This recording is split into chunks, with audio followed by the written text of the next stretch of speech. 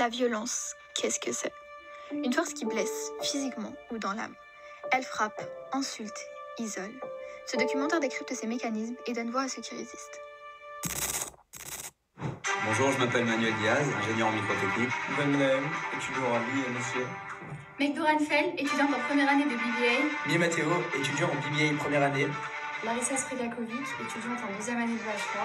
Dufresne Mathis, première année de BBA. Megdour Karima, étudiante. Ramesh Luther, étudiant en deuxième année de bachelor à l'IMSG. Delay Constance, je travaille à l'IMSG. Teddy Fenot, étudiant en bachelor 1 à l'IMSG. Pour moi, la violence inspire manque de respect. Danger. Cible de violence. Discrimination. Traumatisme. Racisme. Agressivité. Persécution. Brutalité. Discrimination.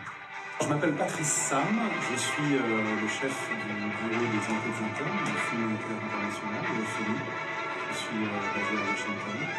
Donc, je suis Richard Delay-Aberrecher, je suis doyen de l'International Management School de Geneva. J'ai une spécialisation plutôt en RH, donc très sensible aux questions qui touchent la violence. Je suis Rosine Delay, je suis donc la présidente et la cofondatrice de l'International Management School de Geneva. Un mot qui est synonyme de violence, une expression, ça serait la rupture du lien de confiance. Si vous dites violence, je crois que je vous réponds bagarre. Seulement un salarié sur deux estime que son entreprise prend en charge sa santé mentale. En Suisse, un suicide sur 5 porte l'empreinte du harcèlement professionnel. Pourtant, moins d'un tiers des victimes osent briser le silence. Alors, je crois que la violence au travail peut revêtir des significations variées et elle peut s'exercer de manière extrêmement diverse. Outre les cas cas triviaux de violence physique, la violence au travail peut essentiellement être psychologique. Elle peut s'exercer au travers d'abus de pouvoir, d'abus d'autorité. Elle peut s'exercer au travers de schémas de harcèlement moral, de mobbing, de boulimie. Elle peut également être sexuelle, à travers des cas de harcèlement sexuel, de certains cas d'abus sexuels qui peuvent se produire au sein même d'une communauté professionnelle. Je pense qu'aujourd'hui, la violence au travail, moi, je la qualifierais surtout d'un autre mot qui s'appelle le harcèlement. Je pense que c'est effectivement comme ça que la violence au travail est énormément perçue aujourd'hui.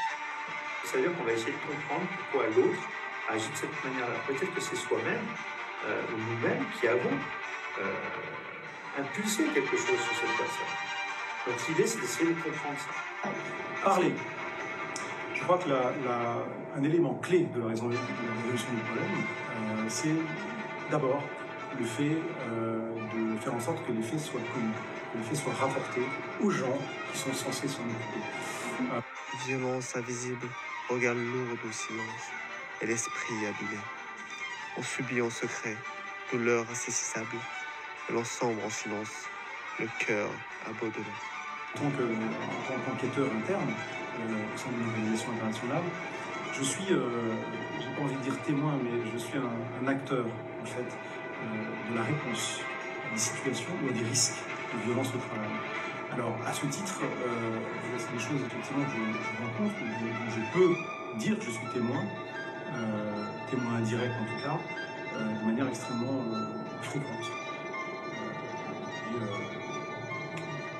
Je reçois donc des allégations, des plaintes, je conduis des enquêtes, j'interroge donc les gens et je produis des recommandations au management de l'organisation de manière à ce que soient prises des mesures à la fois de remédiation et de prévention et de détection d'incidents futurs.